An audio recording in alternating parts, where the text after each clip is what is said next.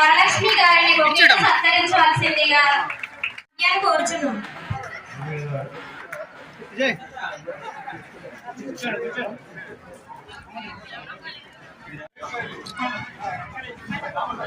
ADC president Shri బలి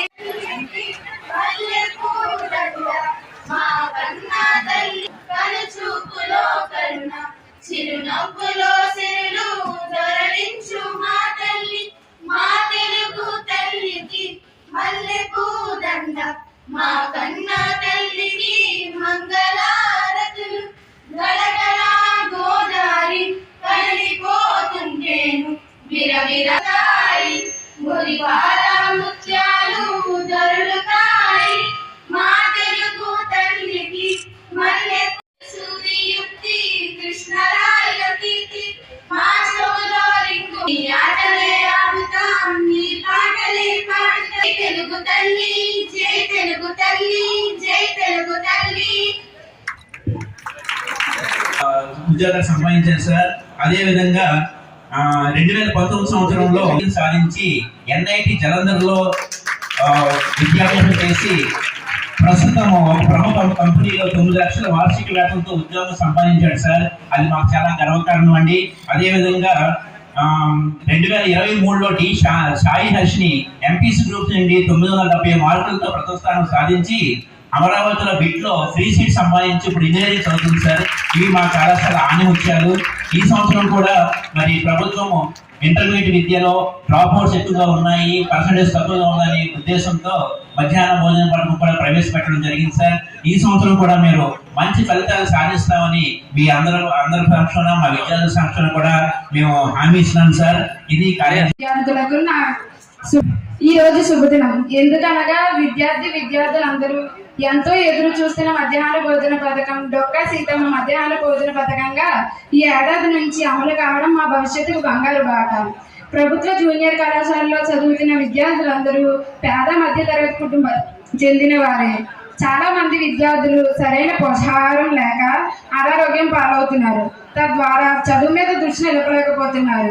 ఈ రోజు నుంచి విద్యార్థులకు ఇటువంటి ఇబ్బంది లేకుండా అనారోగ్యం పాలవకుండా జాగ్రత్తలు తీసుకుంటున్న మా ప్రియతమ విద్యాశాఖ మంత్రి వర్యులైన శ్రీ నారాయణ లోకేష్ గారికి, అదే విధంగా మా ఇంటర్మీడియట్ కమిషనర్ మేడం గారైన కృతికా శుక్లా గారికి, ఈ ప్రభుత్వానికి మేము ఎంతో కృతజ్ఞతలు తెలుపుకుంటున్నాం. అదే విధంగా స్టూడెంట్ కిట్ అని ప్రభుత్వం ప్రవేశపెట్టిన పథకం మాకు ఎంతోగానో ఉపయోగపడింది. మాకు మీరు ఇచ్చిన నోట్బుక్స్, టెక్స్ట్ బుక్స్, బ్యాగ్స్ బయట కొంటే ఎంతో ఖర్చు కూడుతో పని. ఈ విషయంలో గౌరవనీయులైన విద్యాశాఖ మంత్రి వర్యులైన శ్రీ నారా లోకేష్ గారికి మేము హృదయపూర్వక కృతజ్ఞతలు తెలుపుకుంటున్నాం. అదే విధంగా విద్యార్థులుగా పౌరులుగా యువ నాయకులు విద్యాశాఖ మార్చినటువంటి తెలుగుదేశం పార్టీ ప్రధాన కార్యదర్శి లోకేష్ బాబు గారి యొక్క సారథ్యంలో జూనియర్ కాలేజీల్లో మధ్యాహ్నం భోజన పథకం ప్రారంభించడం జరిగిందండి. ఇది ప్రభుత్వం సుమారు 27 కోట్లు ఖర్చు చేసి మధ్యాహ్నం ఇంటర్మీడియట్ కాలేజీలో భోజనం పెట్టడం ప్రారంభించామండి. ఈ పథకం యొక్క ముఖ్య ఉద్దేశం కూడా ఇంటర్మీడియట్ కాలేజీలో ప్రైవేట్ కాలేజ్తో కంపేర్ చేస్తే గవర్నమెంట్ కాలేజీలో డ్రాప్ అవుట్స్ ఎక్కువ ఉన్నాయి.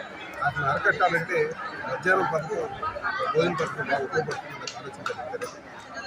ఇదే కాకుండా వచ్చే సంవత్సరం నుంచి కూడా సుమారు 24 కోట్లతో ఈ పుస్తకాలు అవన్నీ కూడా మిగతా వసతులన్నీ కూడా కల్పించాలని ఆలోచనతో కూడా ఆయన ఆలోచన చేస్తున్నారు.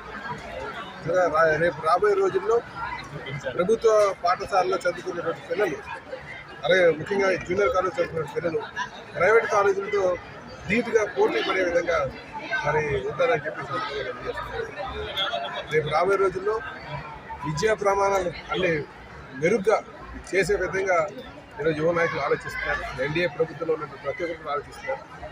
భవిష్యత్తులో విద్యారంగాన్ని మంచిగా అభివృద్ధి చేసే విధంగా ఉంటామని చెప్పి ఈరోజు మేము మధ్యాహ్న భోజనం అగ్రపూర్ జూనియర్ కాలేజ్ మేము అధికారంలో ఉన్నప్పుడే 2014-19 మధ్యలో ఇది ఇందులో ఒక డబ్బా పెట్టేస్తా దాంట్లోది అలాగే ఈ కాలేజ్ ఇంకా ఆ గడిచిన 5 సంవత్సరాలుగా అంతగా అభివృద్ధి ఏం లేదు. మళ్ళీ మేము వచ్చిన తర్వాత దీనికి అభివృద్ధి తీసుకొస్తామండి.